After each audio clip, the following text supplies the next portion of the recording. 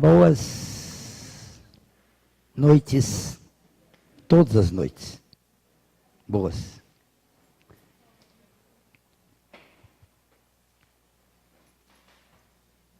Antigamente eu ia dar aula na escola, assim, num dia meio feriado, e que as aulas não tinham sido suspensas. Aí vinham poucos alunos, e eu ficava rezando para não vir ninguém. Sabe? Se não vier ninguém, eu não preciso ficar aqui, né? Não preciso trabalhar. Eu chegava lá, tinha uma meia dúzia. Aí eu ficava infeliz para burro, sabe? Poxa vida, essa turma veio aqui, vão me obrigar a ficar aqui até o fim do horário, por causa de meia dúzia. Eu não posso dar aula, porque senão os que não vieram perdem e não adiantou nada. E não posso deixar de dar aula, porque esses que vieram seriam castigados. E eu parei de dar aquelas aulas lá da escola, que dar aula na escola é sempre muito penoso, por causa da repetição, por causa da continuidade. Você sai de uma sala, entra na outra, sai da outra, entra na outra, sai da outra, entra na outra. É mesmo quando eu dar essa palestra aqui, e na hora que daqui é 1 hora, assim, mais ou menos, termina aqui, eu vou para outra classe e dou outra palestra. Aí eu já cansei, 2 palestras, né? Aí não acabou não, eu vou para outra sala e dou outra palestra. E depois tem mais 1 ou 2 salas para dar outra palestra. Então quando chega lá na 4ª ou 5ª, a gente está que não aguenta de fazer aquilo. Então é o tipo da coisa ruim. Com o tempo a gente cansa muito de dar aula. E o dia que tem metade de um feriado assim, e que os alunos vêm, a gente estava torcendo para eles não virem. Hoje é um feriado assim, nacional, aí, feriado religioso, né? E o país inteiro para por causa disso. E não é da minha conta avaliar se o feriado merece ou não merece, né?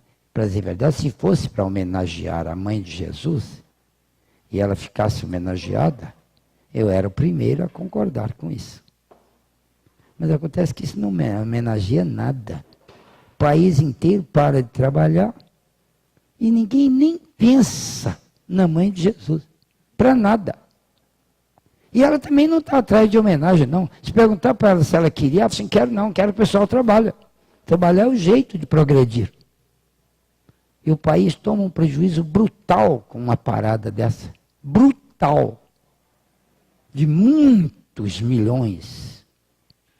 Por causa da parada total de todas as atividades. Os trabalhadores, bem que gostam, porque eles folgam sem precisar trabalhar e ganham. Então, para eles está muito bom. Se perguntar para eles, eles apoiam o feriado. Agora, se perguntar para o Brasil, ele não apoia. Então, quem movimenta o Brasil devia pensar em reduzir os feriados. E mesmo que nós sejamos os trabalhadores, nós devíamos apoiar isso. Porque o Brasil é um país pobre. Assim, no Conselho das Nações, ele luta para ter os valores mínimos ali. Esse ano, por exemplo, a coisa está muito ruim em termos de economia para o Brasil. Crescimento zero. O crescimento do Brasil esse ano foi 0. Quer dizer, não cresceu nada. Como é que para um feriado? Quem está numa pindaíba danada, devendo tudo, não pode arrumar o dinheiro para pagar a dívida externa, nem o juro da dívida. O que vai fazer a dívida aumentar. E o país para um feriado religioso que só interessa para uma classe de religiosos que entendeu de fazer uma homenagem para o divino, sem nem ter certeza que isso vale. Homenagear santo, qualquer santo, dia do santo tal, Eu concordo que no dia da cidade fosse conveniente. Se tivesse muitas homenagens, muitas festas, até que podia parar. Mas ninguém usa para isso. Feriado, eles pegam o carro e vão para Santos. Ninguém está para homenagear. Ninguém liga para feriado. Feriado é uma parada de serviço. Agora, se for isso, o país tem condições. Nós temos condições financeiras para parar, para o pessoal descansar. E outra coisa, dia 15 agora, passada, parou. Porque era feriado. Daí uns dias, para de novo. Agora inventaram uma coisa lá da cultura negra, que deve ter muita valorização da cultura da raça negra. Deve sim, concordo com isso. Porque é moral isso. Mas parar o Brasil por causa disso? Não pode. Então tem que ter uma cultura da raça indígena também, precisa. Deve ter um dia para isso, mas sem parar o país. Né? Mas não, qualquer coisinha aqui nesse país riquíssimo e independente como nós somos, né? Não devemos nada para ninguém, parar, pode. E país rico, está nadando em dinheiro. Mas como o Brasil está, ou sempre esteve, lutando para subsistir, parar, trabalhar, para comemorar uma coisa lá que ninguém comemora. Então é a mesma coisa de você falar assim, eu vou te dar você chama o seu filho, fala, filho, eu vou te dar um prêmio, você não vai fazer o serviço não, vou te dar um dinheiro aqui, você vai lá no campo de esporte, lá e vai passar uma manhã de esporte e curtir lá uma manhã no campo esportivo lá para você. Então a finalidade da parada foi, aí o seu menino pega o dinheiro e vai para outra coisa, vai para droga, por exemplo. Ou vai dormir até tarde. Fala, filho, eu queria que você fosse jogar bola. Agora você foi dormir? Então eu não te dou mais dinheiro, você não vai parar mais não. Eu falo para você parar por causa de uma coisa, você usa a parada para outra coisa, que não é da conveniência nossa. Então é mais ou menos assim.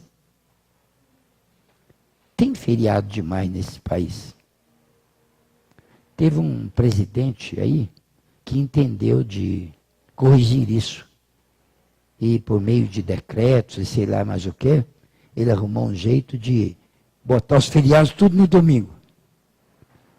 Sabe quem que derrubou aquilo? O povo. Povo preguiçoso, que não quer trabalhar, quer descansar. Pouco estou lixando para o Brasil, e eu preciso parar para ficar à toa, para passear. Ah, tá bom, é bom ficar à toa, mas vamos tirar um dia por semana para ficar à toa? Vai ser no domingo. Nos outros dias, todo mundo trabalha. A cada 7 dias, a cada 6 dias de serviço, um de descanso. Mas logo o pessoal arrumou um jeito de parar no sábado. Arrumaram uma tal semana inglesa, depois do almoço para. Mas a maioria para o dia todo. Qualquer empregado que você contrata, ele já vai logo falar, sábado eu não trabalho. Já vai logo falando. Sábado eu não trabalho não. Ou seja, domingo e sábado, a cada 5 dias de trabalho, você para 2. Tem cabimento isso numa cultura de serviço? Os países ricos do mundo não fazem isso. No Japão ninguém para. Na Alemanha ninguém para. Nos países aí europeus, que são gente que trabalha para danar, por isso que são ricos, não param. Tem um feriado. Ah, conheço um paizinho lá que para. Também conheço. Conheço até um paizão aqui que para à toa. Mas pergunta como é que ele anda de economia.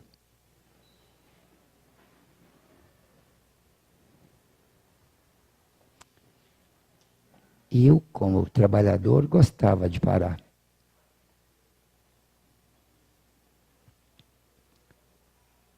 Quer dizer, mas a gente não pode legislar para a gente, não é? Se fosse legislador, eu estaria lá para legislar para o Brasil. não para mim. Mas, infelizmente, quem eles põem lá para legislar é brasileiro. Não tem jeito de pegar outro pessoal, né? Não pode botar japonês lá para legislar para nós. E o brasileiro vai legislar para si. As leis são todas favoráveis ao próprio interessado. Tanto que o Congresso nosso, imoralmente, se divide em duas partes. A situação e a oposição. A situação vota em tudo quanto o governo manda. E a oposição vota contra tudo que o governo manda. Os dois estão errados. E o Brasil, como é que fica? O interesse do Brasil que se dá. Se eu sou oposição, eu voto contra. Se eu sou situação, eu voto a favor. Então não precisa de eleger deputado, basta botar uma opção de robôs lá. Opção de robô, computador, votação automática. Conta lá qual que é a maioria, escolhe quem que deve ser a maioria. Então o povo vota no computador. Eu voto na situação. Aí bota o computador lá que vota assim para tudo que o governo mandar. E não tudo que não for o governo. Agora o outro computador vota não para tudo que o governo mandar. E sim para tudo que o governo não mandar. Então não precisa de deputado que legislam todo ano para aumentar o salário deles. Já ganham um absurdo em salário, fora as facilidades imensas para tudo que é lugar. Tem comida grátis, casa grátis, carro grátis, mundo de empregado para trabalhar para eles, e um salário enorme, e aumenta o salário todo ano. Quer dizer, aí fica muito diferente do povo. Muito diferente. Tem países na Europa onde os deputados ganham pouco. Todos os legisladores. Eles ganham pouquinho, ganham salário normal, médio do povão ali. E trabalham. Mas tem uma outra cultura. Aqui a cultura é de aproveitar o máximo que a gente puder, com o mínimo de esforço que tiver jeito. E com isso a pessoa está trabalhando para o seu descanso, para o seu gozo pessoal. Isso, digamos que, quando é a gente que está trabalhando, o interesse da gente entra junto, a gente faz valer, por meio de raciocínios e argumentos, que aquilo tem sentido. Você bota a palavra na boca de um deputado, de um senador qualquer, ele vai falar que tudo que eles fazem lá é absolutamente correto. Inclusive isso de situação e oposição. Mas o senso moral da gente fala que não é correto. Na minha opinião, os partidos deviam funcionar só na época da eleição. Para poder escolher. Depois foi eleito, automaticamente você está fora do partido. Automaticamente, ganhou a eleição, não tem partido mais. Agora o partido é brasileiro. O negócio é o Brasil, bem do país. Então, tudo que o governo mandar de projeto, nós vamos analisar. Se for bom, nós vamos votar a favor. Se não for bom, nós vamos votar contra. Agora, enquanto não sabemos se é bom ou ruim, nós vamos discutir. Pode ser que alguém melhore o projeto. Então, qual que é a sua opinião? Isso funciona. Mas não tem lugar nenhum que é assim. Esperar o povo ter dignidade primeiro, para depois ser eleito legislador, não tem jeito. O mundo todo, o mundo democrático. E outra coisa, a democracia é o melhor regime que tem. Qualquer outro é pior do que esse. E esse tem uma porção de falhas. Mas as falhas não são por causa da democracia. São por causa da pessoa. É como o carnaval. O carnaval não tem defeito nenhum. É uma beleza o carnaval. É só bom. É uma alegria e tal. Povo, descontração. É um decreto de descontração. Que beleza. Carnaval. Agora, bota o carnaval para funcionar, o que acontece? Aumenta a criminalidade brutalmente, aumenta o vandalismo, tudo quanto é coisa. Todo mundo pensa que, por causa do direito de liberdade que o carnaval dá, o indivíduo exagera, porque é todo mundo frustrado, e na hora que tem a chance de desfrustrar-se, o indivíduo quer desfrustrar tudo de uma vez. Ele quer ser melhor do que todo mundo, então quer fazer mais do que os outros. Então é o aumento da criminalidade. Droga aumenta, sexualidade inferior aumenta, viciação de tudo quanto é tipo multiplica. Absurdo. Por causa do carnaval? Não.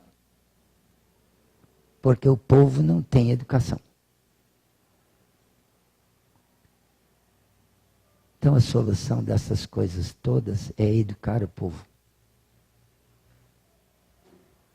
E como é que educa o povo? É criando escola. Mas como é que é a escola? O Brasil tem muita escola. As escolas funcionam. As escolas não funcionam por vários motivos. Quem está tocando a escola não foi educado. Não está educado. Os diretores são corruptos. Os professores são corruptos. Igualzinho os deputados, senadores e tal. Igualzinho, todo mundo é corrupto. Quer dizer, o interesse dele ele defende, o interesse do outro, vamos discutir. Então, precisava educar. Mas como é que faz isso? Criando escola. Então, tem umas normas. Por exemplo, a Irlanda, aquele paísinho lá, perto ali da Inglaterra, né? Fazia parte da Inglaterra, faz parte até hoje do Reino Unido. Mas é independente. É independente, mas é ligado politicamente só por conveniência. Canadá, por exemplo. Canadá faz parte do Reino Unido.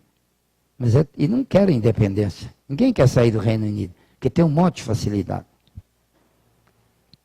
E tem toda a liberdade que precisa. Então, a Irlanda era um país super atrasado. Há pouco tempo, 50, 60 anos atrás, a Irlanda era um dos piores países da Europa. E estava lá. Aí alguém lá teve a ideia de pensar que a educação é que resolve. Aí eles criaram um sistema, montaram um grupo de sábios, arrumaram aí uns 40 pensadores de cultura e puseram para discutir um jeito de fazer uma educação que funcione. Porque a educação tem para tudo que tem lugar. Só que na maioria dos lugares não funciona. No lugar onde funciona, o país vai para frente, que é uma beleza. Como aconteceu com a Irlanda. Aí eles elaboraram um sistema e falaram assim, esse método educacional vai dar resultado daqui a 40 anos. Mas se começar hoje, são só 40. Se não começar, quanto mais tempo atrasar, mais tempo demora para o país estar bem. Mas daqui a 40 anos, esse país é outra coisa. E aí implantaram um sistema educacional para valer. E em 40 anos, a Irlanda se transformou no país que tinha a mais alta renda per capita da Europa. Era o país melhor de se viver. E progrediu imensamente. Porque com a educação, eles implantaram lá uma porção de normas e educando. As pessoas educadas começaram a pensar. E pensando, começaram a criar. Criando, resolveram o problema do país. Puseram um mundo trataram de criar mão de obra especializada. Como é que não tiveram a ideia de fazer isso aqui? Mão de obra especializada. O Brasil não tem mão de obra especializada. E não tem gente de cabeça boa melhor do que a média. Ou seja, os chamados superdotados. Nenhum superdotado por aqui. Mas nasce muito. Nasce muito superdotado aqui.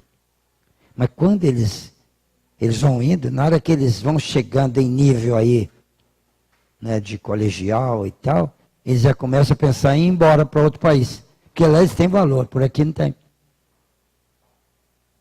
Na universidade onde eu estudava, Universidade de São Paulo, era um negócio. Todo sujeito que se destacava ia para os Estados Unidos fazer curso lá. Todo mundo ia, né? Era quase que obrigatório. Eu, que não era porcaria nenhuma lá, ganhei uma bolsa para Washington, Universidade de Washington. Universidade de Washington, na cidade de Washington, porque tem um estado lá chamado Washington, né? Um estado, que é lá em cima, lá na pontinha, lá do norte, lá no oeste, lá onde tem aquela cidade chamada Seattle, aquilo é lá no estado de Washington, lá em cima, frio desgraçado que vai lá, perto do gelo lá, né? E o estado vai até muito bom, esse tal de estado de Washington, mas era a Universidade de Washington. Eu tinha uma bolsa para ir para lá. Eu só não fui, peguei porque eu deixei a universidade. Se eu tivesse ficado lá, porque quando a gente termina, aqueles que têm algum valorzinho, eu não tinha, mas quando está faltando, eles põem até eu, né? Então, peguei lá fui convidado para permanecer na universidade como professor. Eles pegam os melhores lá, que eles entendem, né? E ia para Washington. E eu já estava engatilhado, eu ia ficar. Eu vou ficar, né? Professor da USP. Ia para Washington fazer pós-graduação e preparar mestrado. Voltava para terminar o mestrado aqui, na USP, e doutorado. Estava tudo engatilhadinho. Ia ficar 2 anos em Washington. E sabe qual que foi a minha ideia? Eu não volto mais. Depois que eu botar o pé lá, que eu fizer carreira lá, que eu ficar conhecido, e se eu der certo com essa minha... Eu estava com uma tese, né, com uma tese para estudar lá, e eu ia estudar um tipo de... Era na área de botânica, ia estudar uma alga de água doce, alga continental, chamada Desmidiácea. Umas algas bonitas que só vendo, mas só no microscópio, que a gente vê. Eu ia para lá. Não importa o que você vai estudar. Você defende uma tese.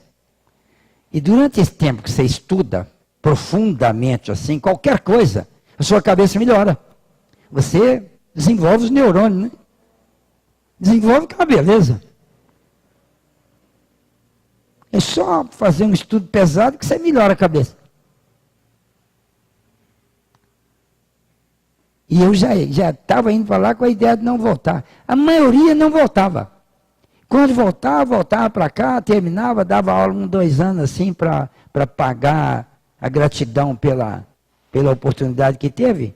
E daí um pouquinho, já estava com as coisas engatilhadas para lá. Ia para qualquer universidade. Então os Estados Unidos captam as pessoas melhores do mundo todo. Porque eles dão facilidade para esse pessoal. Cara melhorzinho, para lá. Fica lá. Ajudar lá. Por isso que o país é o que é.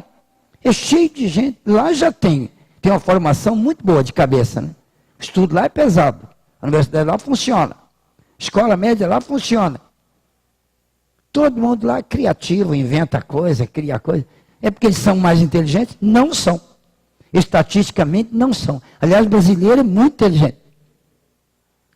Mas está assim de brasileiro lá nas universidades. Foram para lá e ficaram. Quem volta para cá? Cidades lá são limpas, são bonitas, a lei funciona. O juiz vai preso se ele fizer qualquer infração. Quem estava me contando isso? A Carla, que está morando lá agora. Carla, você não me falou anteontem que o juiz lá vai preso? Como é que chama a cidade lá onde você está? Woodbury, é na Carolina do Norte. Pois é. No estado de Minnesota. Estado de Minnesota. que é perto da Carolina, é estado de Minnesota. Do lado de cima de Nova York, lá perto do Canadá, né? Então, uma cidadezinha pequenininha que nunca ouvi falar. Vocês já ouviram falar nessa cidade? Como é que chama? Woodbury. Ouviram falar nisso? Nunca ninguém ouviu falar. A cidade nem está no mapa. Não está no nosso aqui. Vai lá ver que cidade que é.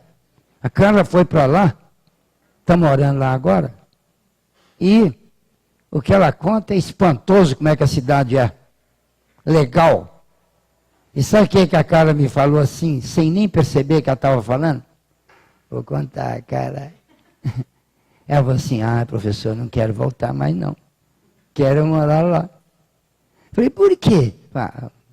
Que lugar bonito, que lugar bom, que povo, que gente educada, que cidade limpa, que pessoal civilizado, tudo funciona, tá, tudo.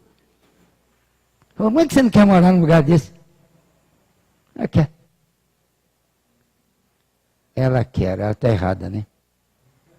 Ela quer morar num lugar bacana. Ela está errada, não está? Sabe o que eu fiquei pensando quando ela falou isso?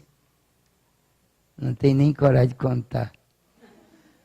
Falei, não tem uma beiradinha lá para mim, não. Também quero ir para lá. Quem é que não quer ir para um lugar onde... Talvez a gente não devesse ir, né? E se a gente ficar aqui para ajudar a consertar?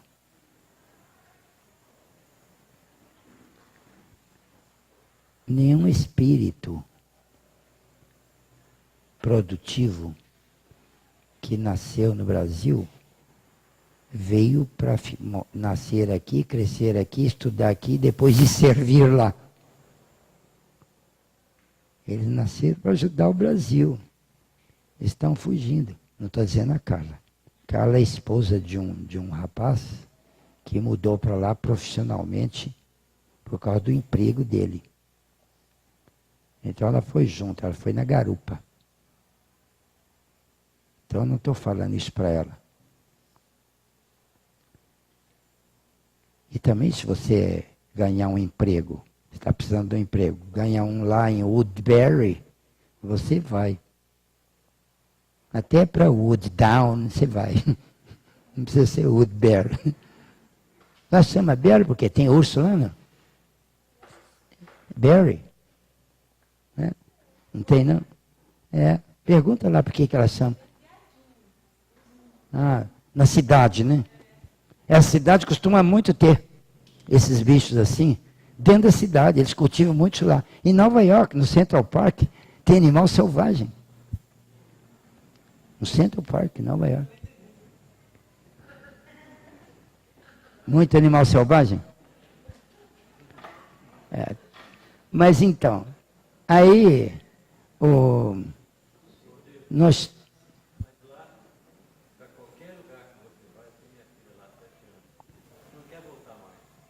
Ela está onde?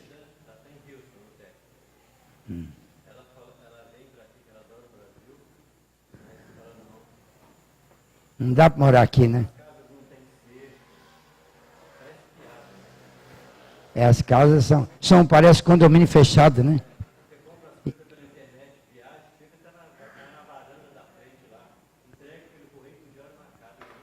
Entrega e bota na varanda, ninguém pega.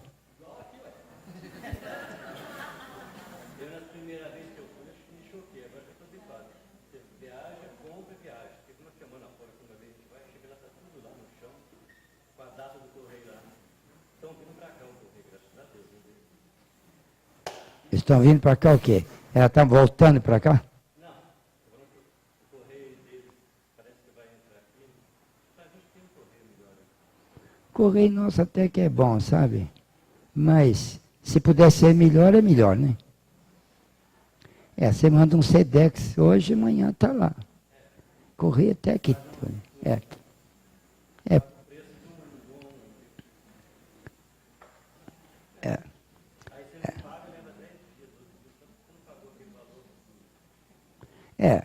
Aí é a tal da corrupção, né?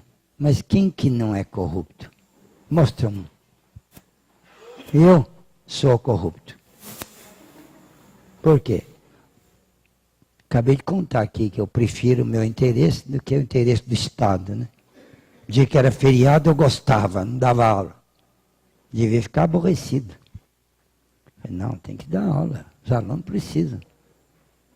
Mas eu estou de olho no meu cansaço, eu não estou de olho no bem do Brasil. Corrupção. Você é pago para trabalhar, não para ficar à toa.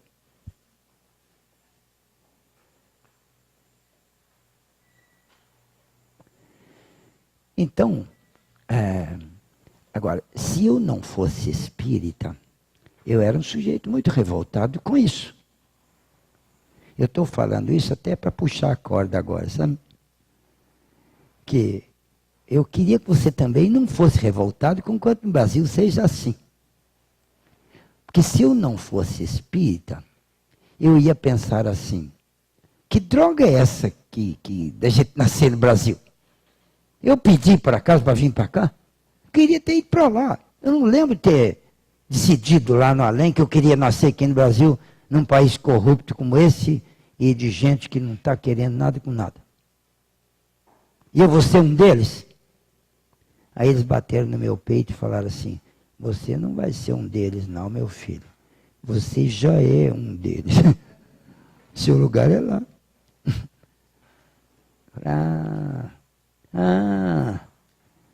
Então o negócio é me consertar. Onde é que você quer consertar? Numa escola ruim ou numa escola boa? Na escola boa. Então a escola boa é o Brasil. Porque você morar no meio de gente certinha e ser certinho não tem valor nenhum. O valor é ser correto no meio dos defraudadores. O valor é ser um sujeito prestante no meio de gente imprestável. É ser honesto no meio de ladrões.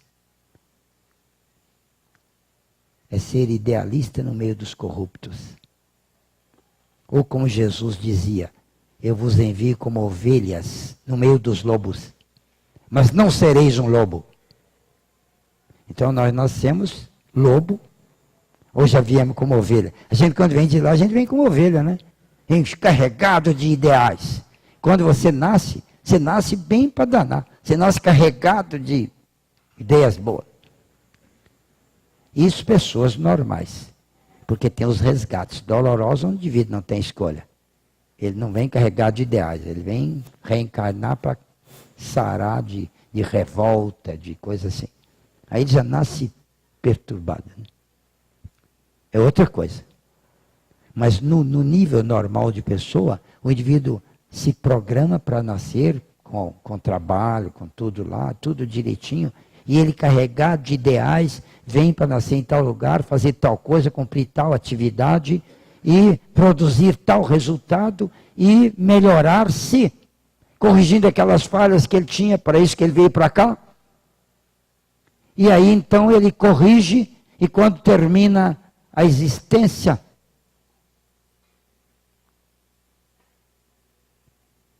terminando a existência, o espírito sai, o corpo fica, a alma vai. É assim que é, não é? Então, o corpo fica, a alma vai. Quer dizer, a alma é o espírito enquanto estava no corpo. Alma e espírito é a mesma coisa, mas a gente fala alma para indivíduo encarnado. E fala espírito para o indivíduo desencarnado. Está no livro dos Espíritos essa proposição. Então, a gente vem para cá para ser do jeito que a gente era, quando a gente estava lá, e descobre os erros, as falhas todas. E não tem punição para a falha. Lá eles falam assim, vem cá, você esteve lá na Terra, cometeu tais e tais e tais e tais falhas, e agora você vai ter tal e tal e tal castigo aqui. Não é assim. Então como é que é? Como é que é lá no além? É assim, você viveu na Terra para corrigir-se de uma série de falhas que você tinha. E você não corrigiu. Você gastou tempo lá tentando passear e se divertir. E não se preocupou absolutamente com o comportamento. Não cuidou da conduta. Você só queria gozar a vida. Ter prazer, prazer, prazer, prazer, prazer, prazer. E para isso você precisava de dinheiro, dinheiro, dinheiro. E por causa do dinheiro, dinheiro não é fácil de ganhar, honestamente. Então você ganhava desonestamente. Aí você ganhava dinheiro e gozava, gozava. Quer dizer, terminou a existência. Você não vai ser punido. Mas vem cá, examina aqui. Como é que você foi? Você foi ruim para burro. Agora você está voltando como para cá? Ruim para burro, do jeitinho que você foi. Falei, meu filho, você notou que você perdeu 150 anos? 70 anos de preparo aqui, mais 80 de vida lá, e você voltou igualzinho. Esses últimos 150 anos não te adiantaram de nada. Você não vai pagar nenhum dos pecados que você fez aqui, não tem punição. Mas tem a dor dentro de você, de você saber que você é um idiota. Que você é um preguiçoso, que você é um lerdo, um nécio. Você é um indivíduo incompetente, você é um indivíduo fracassado, você foi lá fazer uma coisa e não fez. Então é você que sabe disso. Ninguém fala isso para o cara, sabe por quê? Porque ele mesmo é que fala. E os amigos até falam assim, escuta fulano, não seja tão duro com você assim não. Não seja não, você, poxa vida, você é gente. Você tinha o direito de cometer esses erros. Aí o sujeito chorando fala assim, eu tinha, igual todo mundo tem, mas eu sabia, rapaz, eu sabia das coisas. Jesus não falou que muito se pedirá a quem muito recebeu? Eu recebi muito e fui para lá.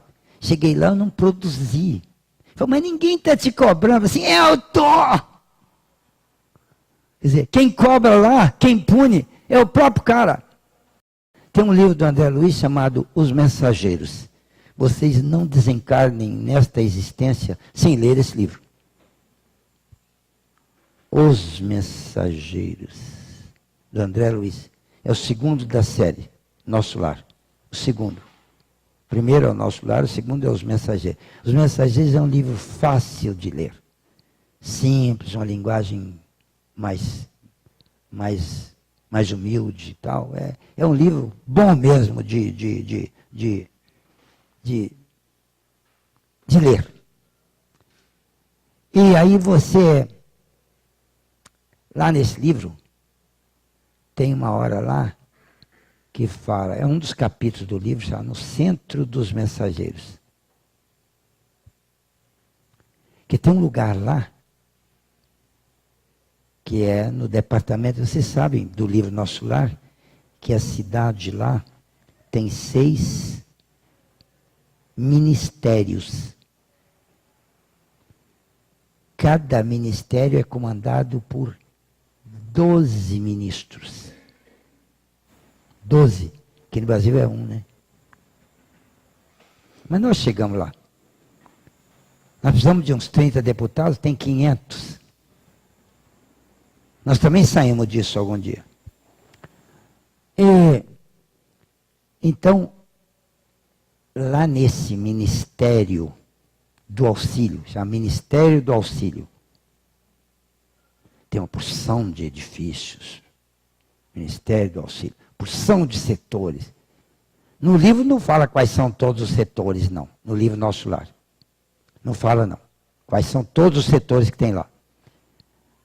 Mas alguns, neste livro Nosso Lar e em outros livros da série, ele volta lá e fala também de outros lugares do Ministério do Auxílio. E lá no Ministério do Auxílio é que tem um prédio, que é o Centro dos Mensageiros. É um edifício enorme, cheio de gente lá. Esse do Ministério do Auxílio, né? E tem o Centro dos Mensageiros. Os mensageiros são pessoas que foram preparadas lá em Nosso Lar para vir para a Terra cumprir tarefas designadas. E quando eles desencarnam, eles voltam para lá e vão conferir. Então, com o André Luiz, vão conferir com as pessoas, né, com os instrutores e tudo mais. E eles, então, ficam estagiando lá no centro dos mensageiros para poder ter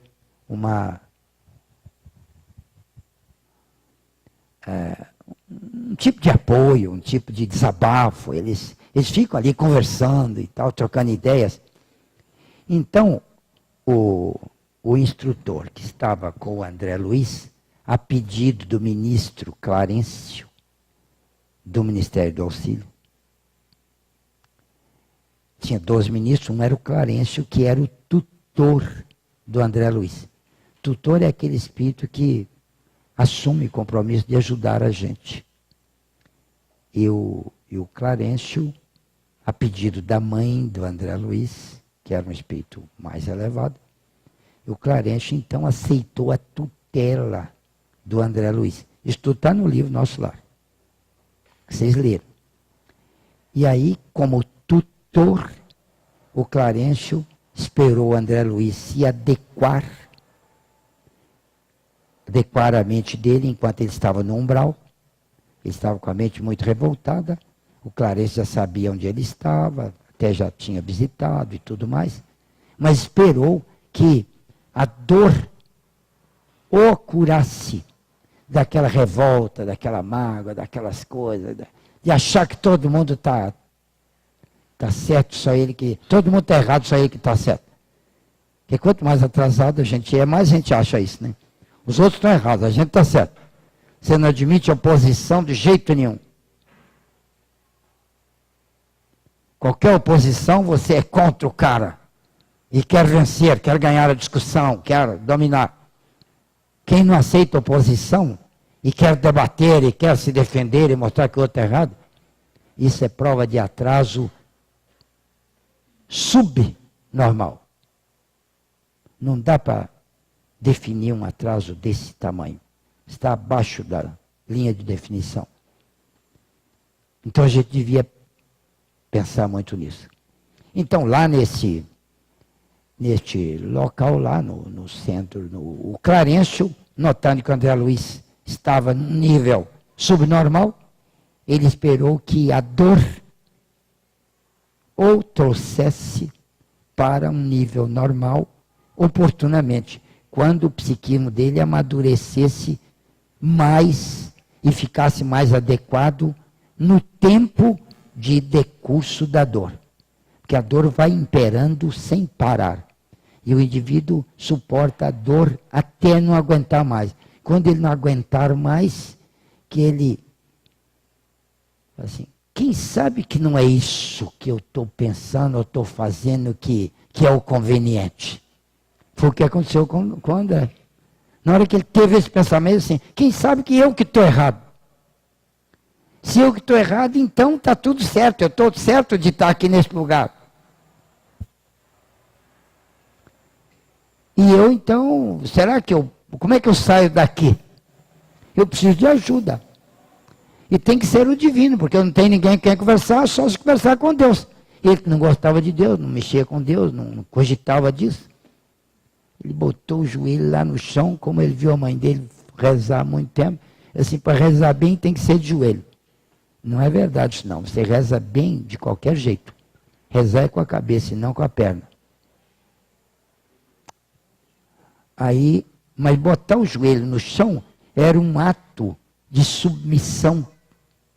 Quando é verdadeiro e não ritual, né, aí vale. Ele caiu de joelho por convicção. Não mereço estar de pé. Vou. Não está no livro isso, mas a gente deduz isso. Né? Então, pela oração dele, a gente deduz. Ele ficou quase 1 hora chorando lá e orando. E conversando com o divino. Tem um resuminho da prece dele no livro. Que lá é um resuminho. Porque ninguém faz aquele resumo em 1 hora. Aquele resumo a gente fala em 2 minutos ou 1 minuto. E ele ficou 1 hora chorando. O que será que ele falou? Naquela hora que ele esteve rezando lá. Mas ele ficou reconhecendo que ele estava errado.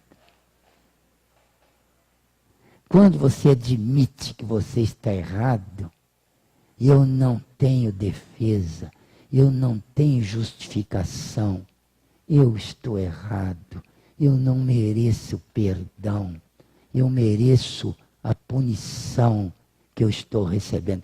Quando você for capaz de sentir isso, você cresceu.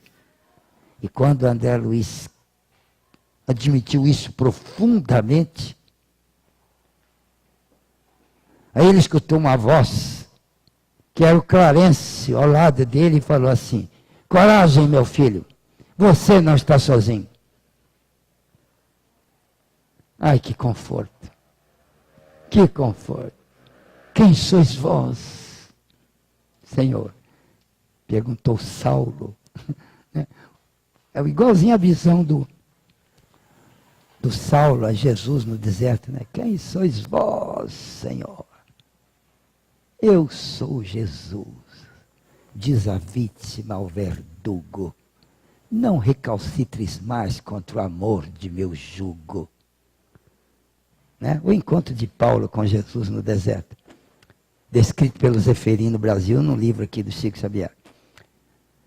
Mas, naquela hora, o André Luiz: quem sois vós? Um amigo, meu filho.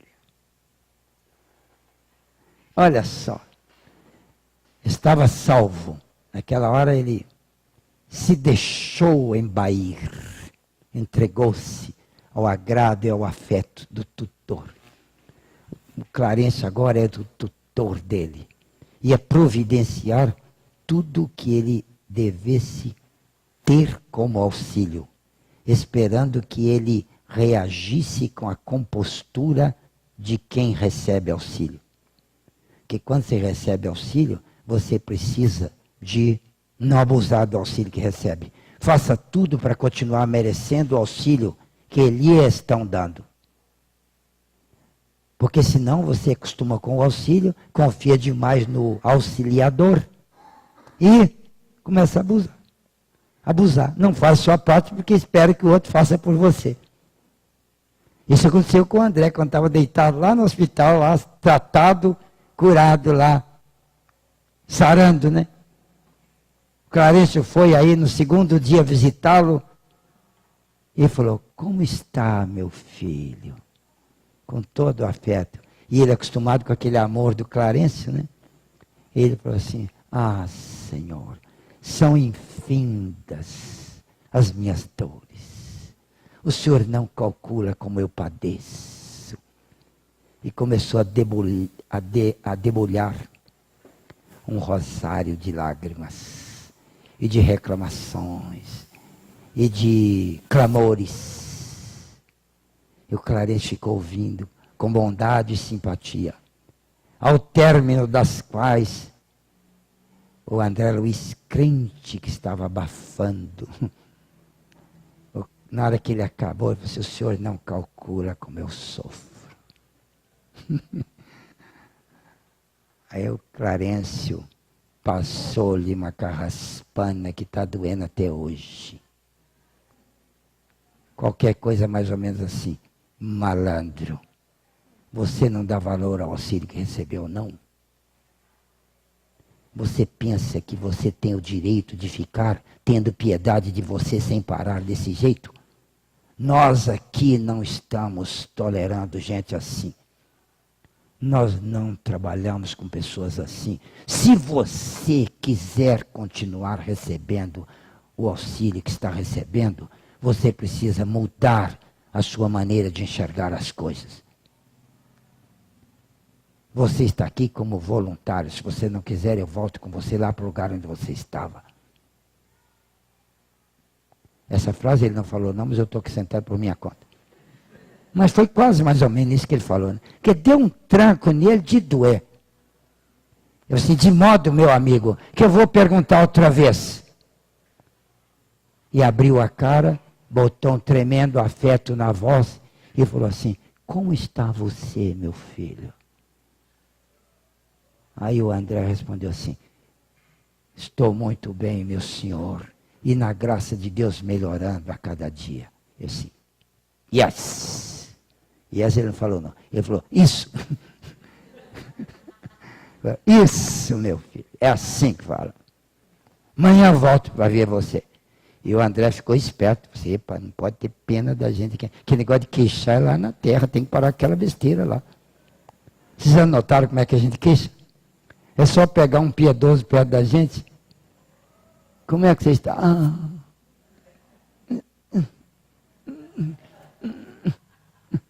Né? É ou não é? A gente pega um piedoso perto de você, que vem perguntar a você como é que você está. Você deita e rola na amargura e na autocompaixão. Como você é idiota. Esse você aí sou eu. Como eu sou idiota, porque ainda faço isso. Tem que parar com isso. Hoje em dia a psicologia está combatendo a autocompaixão violentamente. Você chega num consultório e dando a reclamar lá, o terapeuta te ajuda a botar as suas toxinas mentais para fora. Ele te ajuda. Você pode reclamar que ele te ajuda, ele está do seu lado. Mas na hora que você melhorar um pouquinho, ele dá uma de Clarence no seu cangote. Malandro, está pensando que você veio aqui para quê? Para ter pena de você?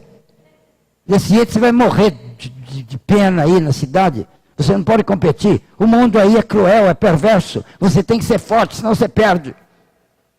Você veio aqui para quê? Para ter passado na sua cabeça ou para te fortalecer?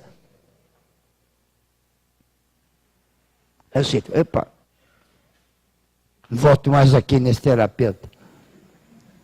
Se você não quiser voltar, eu vou te dar uma porção de endereços aqui de outros para você escolher.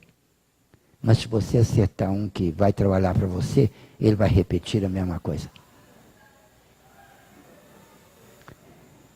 Mas não é bem assim que a gente fala, né? Porque também não quero machucar a pessoa. É com jeito.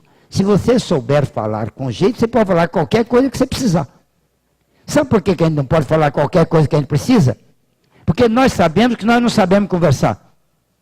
Na hora de corrigir uma falta, geralmente nós punimos junto.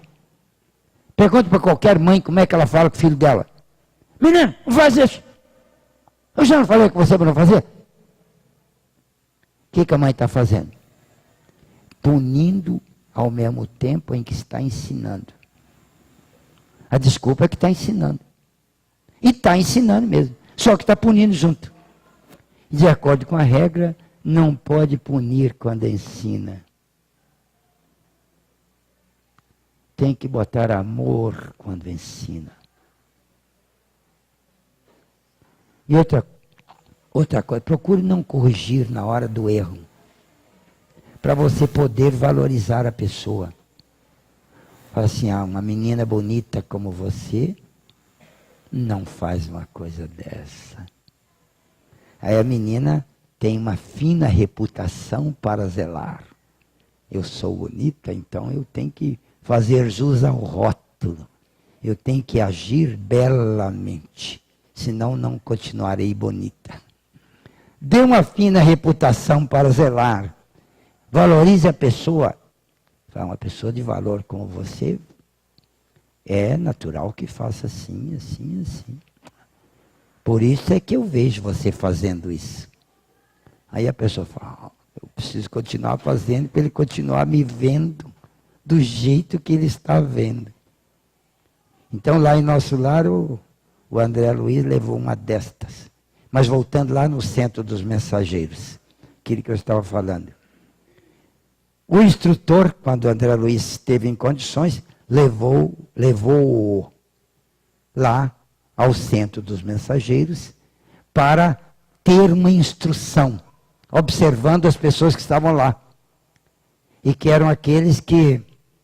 Lá tinha gente de dois tipos. Os que estavam se preparando para ir para a terra e os que já tinham voltado da terra após terem ido lá com uma incumbência programada. A gente pode chamar isso de missão, se não pensar que missão é uma coisa elevada. Que é missionário, né? Missionário, ninguém pensa no missionário como um trabalhador que está fazendo o serviço que devia.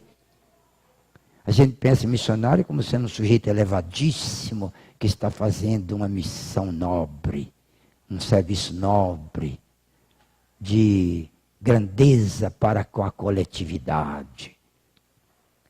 Bom, de fato, o conceito de missionário pode ser aplicado neste. E geralmente é assim. Mas missionário é todo mundo.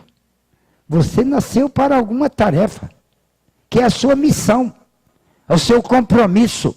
Não pense em missão como uma grandeza, não. Pense como uma tarefa, como uma incumbência, que se você não fizer, você vai fracassar e vai chorar. Então o André foi levado ao centro dos mensageiros para ver os que estavam regressando da terra. E aí, desta parte do livro em diante, cada capítulo é uma conversa que ele tinha com uma pessoa lá no centro dos mensageiros. Cada capítulo do livro, daí para frente, até um bom pedaço, é a conversa que ele tinha com alguém. E o instrutor falava assim: André, vamos sentar aqui perto desse nosso colega aqui, e esse é o fulano, vamos conversar com ele. Conversa aí, fulano, conta para o André aqui a sua experiência, meu filho. Aí o sujeito contava para o André. E o André metia a caneta, né? Relatou tudo no livro. Então, o sujeito que conversava com ele, contava como é que tinha fracassado na terra. Ah, rapaz, você precisa ver o que eu fiz. Eu saí daqui, sem piedade nenhuma, hein? Sem autopiedade. Ele já estava escolado nisso. Eu saí aqui da terra com uma incumbência, fui muito bem preparado aqui no Ministério do Auxílio. E fui para lá com uma incumbência, eu tinha que fazer isso, assim, ó. Eu estava preparadíssimo, cheio de ideais, cheguei lá na terra animadíssimo e tal, né? E reencarnei. Com aquele vigor, com aquela coisa, com toda a programação dos auxílios que eu precisava do pessoal aqui do Ministério. Eles iam me amparar lá, energicamente, no trabalho que eu ia fazer. A gente chega aqui, toca rezar para pedir para Deus ajudar a gente. Né? A ajuda foi programada antes de você nascer. Tem pessoas incumbidas de estar ali te assessorando em tudo que você for fazer. E você rezando para pedir. É muito atraso da gente na hora de rezar pedindo.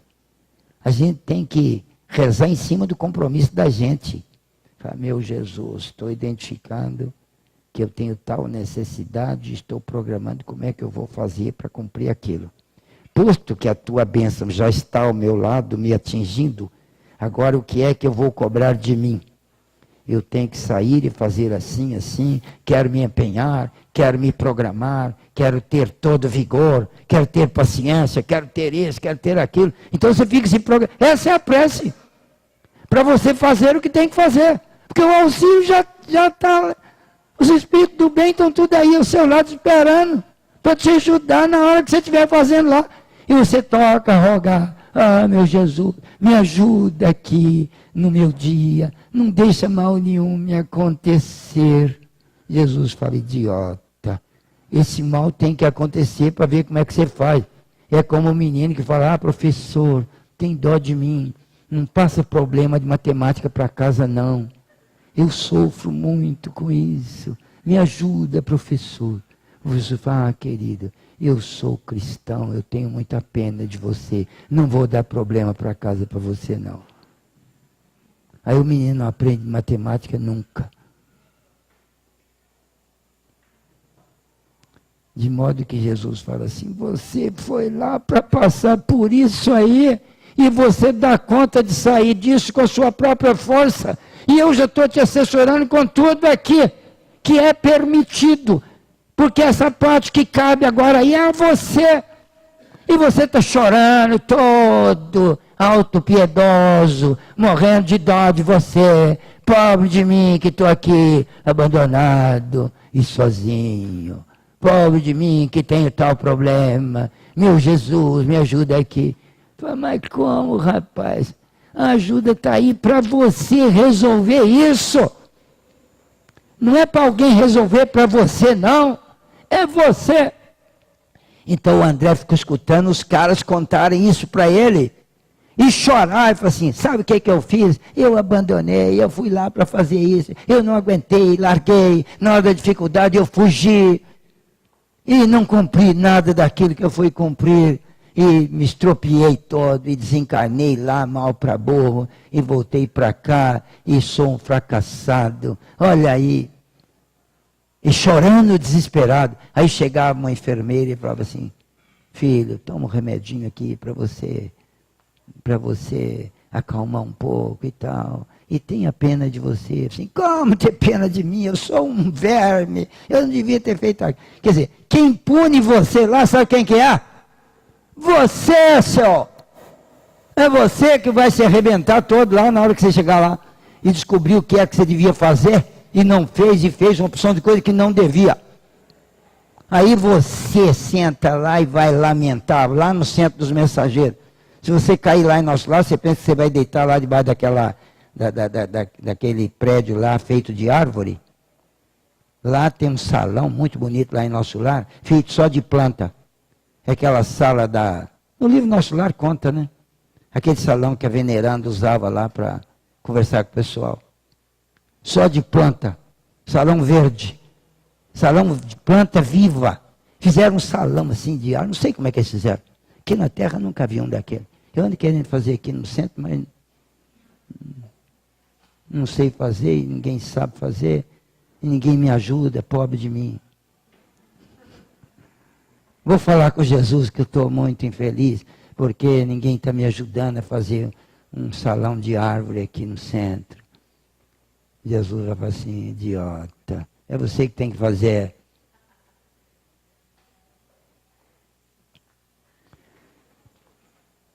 Então eu estou contando isso para lembrar que às vezes você chega aqui ao centro com muitos problemas. Ah, vou lá no centro hoje. Vou lá tomar um passe. Vou lá ver se Jesus me ajuda. Mas você fala. Fala ou não fala? Mente não. Você fala. Vou lá ver se Jesus... Vou lá conversar um pouquinho. Ver se eu ganho uma consolação. Estou precisando Estou precisando. Vou lá. Vou conversar com o Rodrigues lá. Se quiser conversar comigo, é a minha honra. É o meu estou aqui pronto para... Hoje eu não vou conversar com ninguém, sabe por quê? Que ninguém vai vir conversar comigo aqui hoje. Hoje estão com medo do que eu estou falando aqui, não vai vir. Mas pode vir, se quiser, não vou jogar na sua cara, não. O que é isso? Eu não sou seu fiscal, não. Você já tem um fiscal violento aí dentro de você, chamado consciência. Eu não vou complicar isso para você, não. Se quiser vir chorar as marcas comigo aqui, eu vou sentar ali e vou escutar. Mas, na verdade, você, hoje, não vai precisar. Porque hoje você já está escutando aqui agora. O dia que eu estou falando aqui, eu estou atingindo todo mundo que está precisando de contar alguma coisa. Pare de ter pena de você. Comece, levanta a cabeça e fala, espera aí, o que eu tenho que fazer que eu não estou conseguindo fazer? Eu estou chorando, eu estou querendo ajuda de quem? Eu estou querendo ajuda de piedade dos outros. É isso que eu estou querendo. Que eu estou rachando de piedade de mim, agora eu preciso dos outros ter piedade de mim, porque eu alimento neuroticamente a minha dor neurótica. Nossa, mãe. Então, sai dessa linha, melhora a cabeça. Quer dizer, proponha-se. Eu gosto muito de ensinar uma coisa que eu já aprendi faz muito tempo, sabe? Teve um indivíduo chamado Confúcio. Já ouviram falar nele? É só ler o nosso jornalzinho aqui. Eu estou publicando pensamentos de Confúcio. Aí outro dia publiquei 3 semanas seguidas. Mais de 50 pensamentos bonitos de Confúcio. Confúcio foi um cara que viveu 300 anos antes de Cristo na China. E ele era um condutor filosófico de discípulos. Ele tinha um monte de gente que ele ajudava com informações. Era um vulto, né? E ele tinha uma frase que ele falava que era muito bonita, que falava assim: se você ri no sofrimento, você não estará mais sofrendo. A turma ouviu isso e pensa assim: esse Confúcio é doido, como é que eu vou rir no sofrimento? No sofrimento eu vou chorar.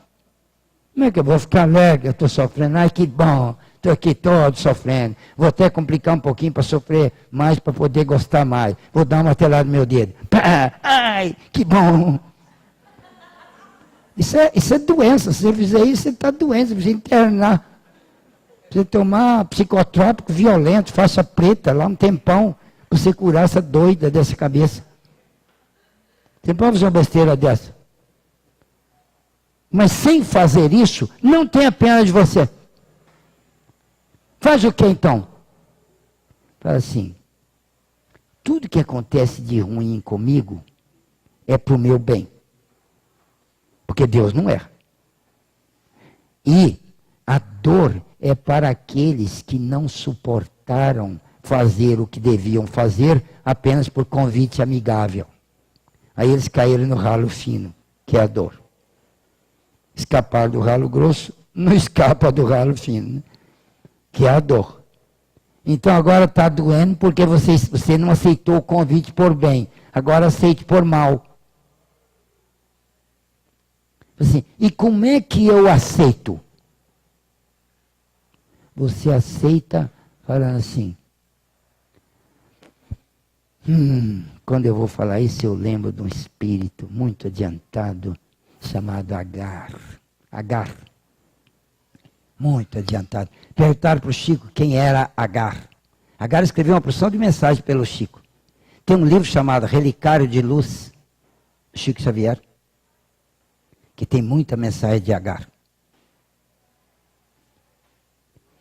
E Agar é um espírito, pelas mensagens você vê que é um espírito alto. E perguntaram para o Chico quem era Agar. Ele disse: meu filho, Agar é uma moça que viveu na terra, mas está várias colônias acima de nosso lar. Mas de vez em quando ela vem aqui na terra e escreve algumas mensagens. Agar.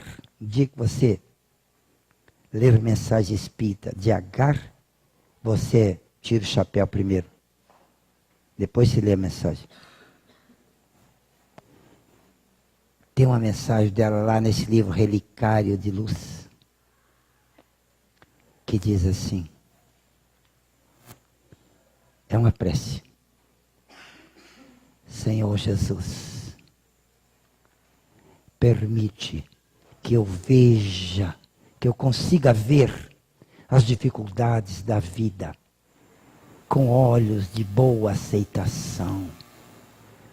Porque eu sei hoje, Senhor, que eu mereço muito as dores que me atingem. E elas são mínimas em relação àquilo que eu mereço. Então o que eu venho falar com o Senhor nesta hora de prece é que eu, com a tua bênção, possa conseguir ter força para aceitar bem as dores que eu mereço. E aproveitar para ter uma visão de alegria pela transformação que a dor estará me trazendo. Ela já está pensando no bem que a dor vai fazer e na alegria que ela vai ter. Então ela já está de olho nessa alegria. Tem que se Agar, né? Falei, nossa, mas como é que eu não pensei nisso? Eu estou aí fazendo prece, feito um idiota. Eu devia estar fazendo uma prece dessa. Eu não estou fazendo uma prece dessa. Mas também eu não sou muito culpado, né? Eu não sei fazer a prece. Se eu não sei fazer, eu não vou fazer. Mas eu vou ler então as preces bonitas dos outros.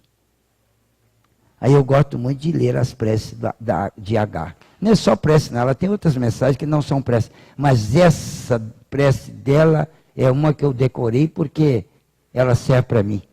Tudo que ela fala serve para mim. nos momentos de alegria, Senhor Jesus, permita que eu possa ultrapassá-los com a bênção da gratidão e sem permitir que a alegria me enfraqueça. Nossa, eu nunca pensei nisso, rapaz. A alegria pode enfraquecer o caráter. Pendura o seu interesse em cima de buscar alegria e prazer aí o tempo todo, que você vai ver onde é que você vai parar. Você fica fraco que nem uma... Fala uma coisa bem fraca aí. Isso aí, que nem isso que ele falou. Fica fraco que nem uma pluma.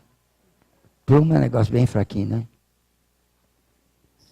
Deixa a alegria dominar a sua vida, prazer dominar a sua vida. Você vê como é que você fica fraco. Agora, deixa a dificuldade e a exigência dominar a sua vida. Assim, atingir sua vida e você meditar nela, que você vai ver como é que você fica forte. A dor enrijece o caráter. Por isso que a dor é companheira da humanidade. E lá na prece de Agar, ela fala assim: Senhor Jesus, nos momentos de dor, se os meus olhos não conseguirem evitar o choro, eu quero me agarrar contigo para que a tua bondade me faça compreender que a dor fortalece e eu veja a tua bondade através das minhas lágrimas. Falei, nossa, isso você quer saber falar, hein? Nossa, olha o que Agar fala.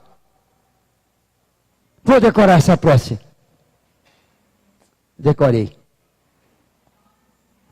Agora vocês decorem também.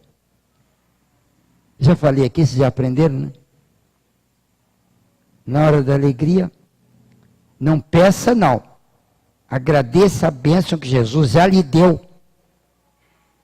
De ter a competência de enxergar a alegria como alguma coisa de satisfação momentânea, mas sem permitir que a alegria enfraqueça você.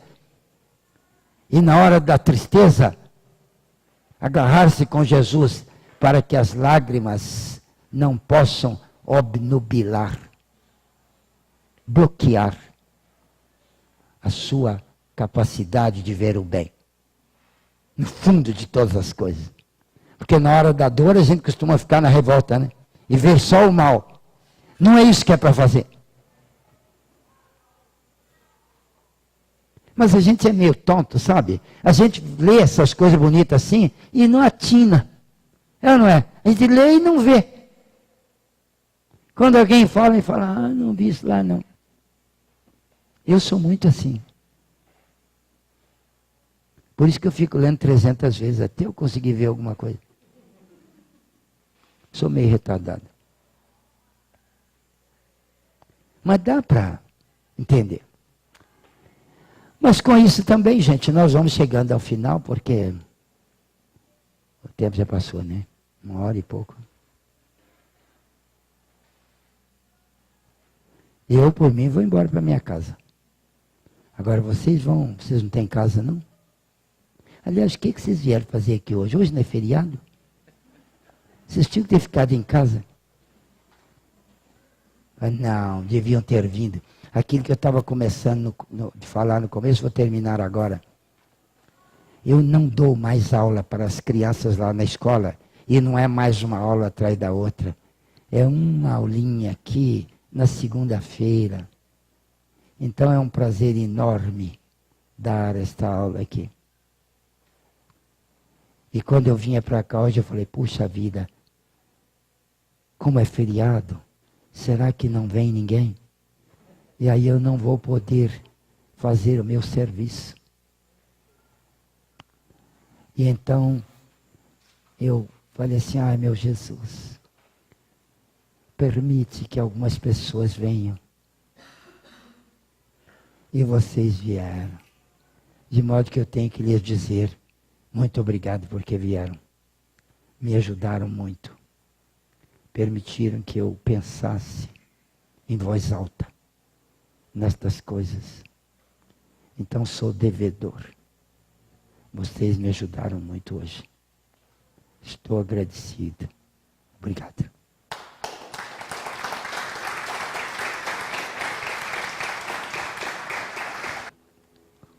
Vamos convidar os nossos irmãos aqui presentes para estarmos juntos, irradiando pensamentos de afeto, de alegria, de paz, para diferentes endereços.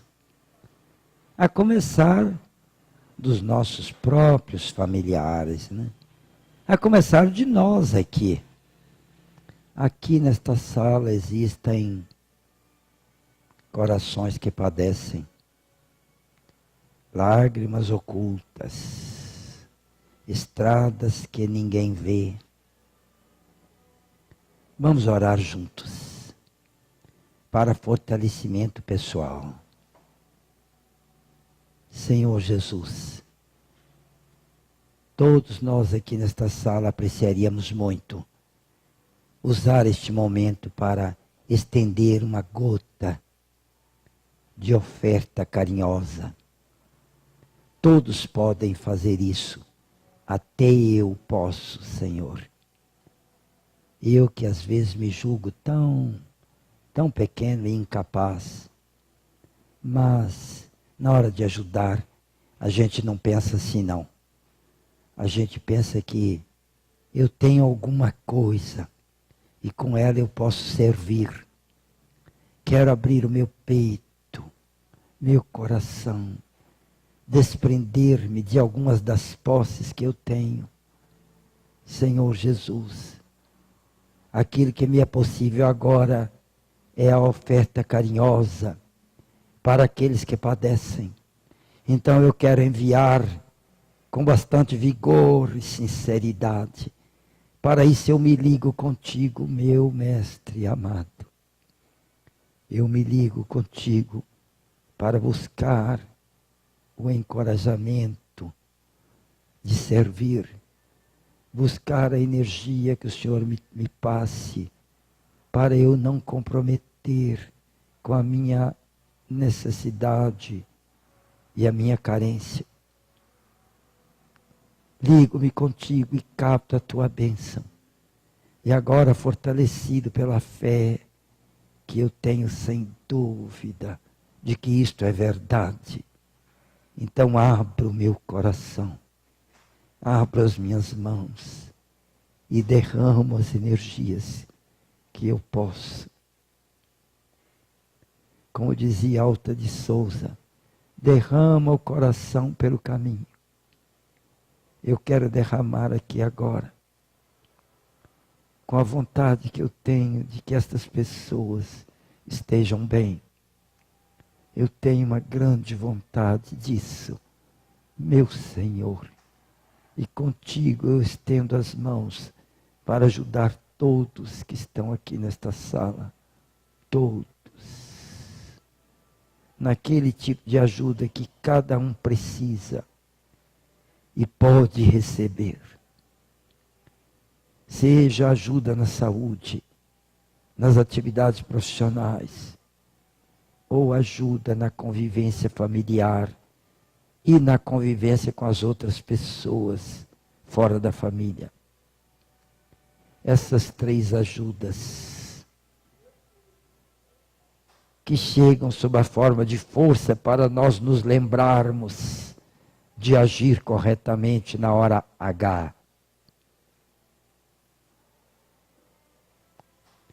Quero que todos aqui dentro da tua bênção possam sair hoje fortalecidos, bem dispostos, encorajados, esperançosos, mais confiantes, mais seguros de que eles também podem fazer diferença quando se propuserem ao empenho de servir ao bem. Senhor Jesus, estou pensando nos meus familiares. São pessoas comuns, como eu. E eles me serviram tanto. Agora, na hora da prece, eu me lembro deles com gratidão.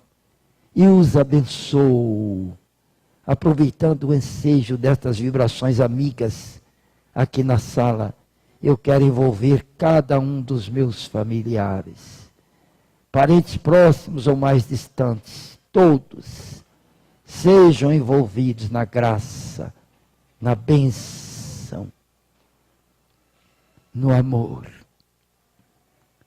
e que possam ser mais felizes. Esta mesma prece eu quero fazer para os meus vizinhos, para os meus amigos, meus conhecidos, meus companheiros de trabalho. Ali eu demoro um pouquinho. Existem os meus chefes, meus empregados e principalmente os meus colegas. Não posso deixar de abençoá-los, porque eu também lhes devo muito. Muita tolerância que me entregaram sempre. E outros pensamentos bons ou maus que me tenham dado, sempre serviram para alguma coisa a meu favor. Quero orar para os meus adversários, Senhor. Existem muitos por aí, e todos eles com justa razão, porque eu não sou lá estas coisas hoje. E aí para trás eu era pior. E prejudiquei muita gente. Hoje muitos estão atrás de mim com raiva, com vingança, que eu mereço. Mas quero lhes mandar um pensamento de amor. Porque eu vou pagar as contas. Se não hoje, oportunamente. Mas por agora eu já lhes dou o meu arrependimento e o desejo que eu tenho de que eles sejam felizes, a despeito de mim.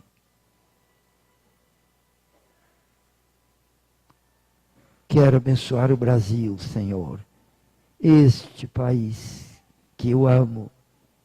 Nasci aqui e não vou embora deste país. Primeiro porque eu não pude, mas hoje por convicção.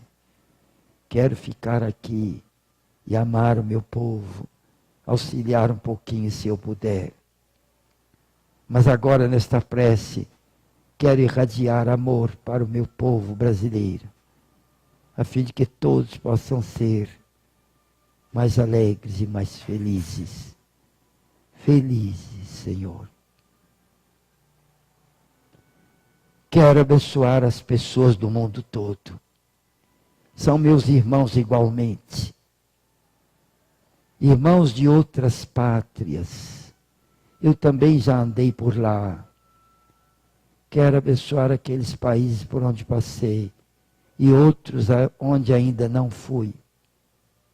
Mas irei talvez algum dia. Quero abençoar os países todos. As pessoas todas de cada lugar.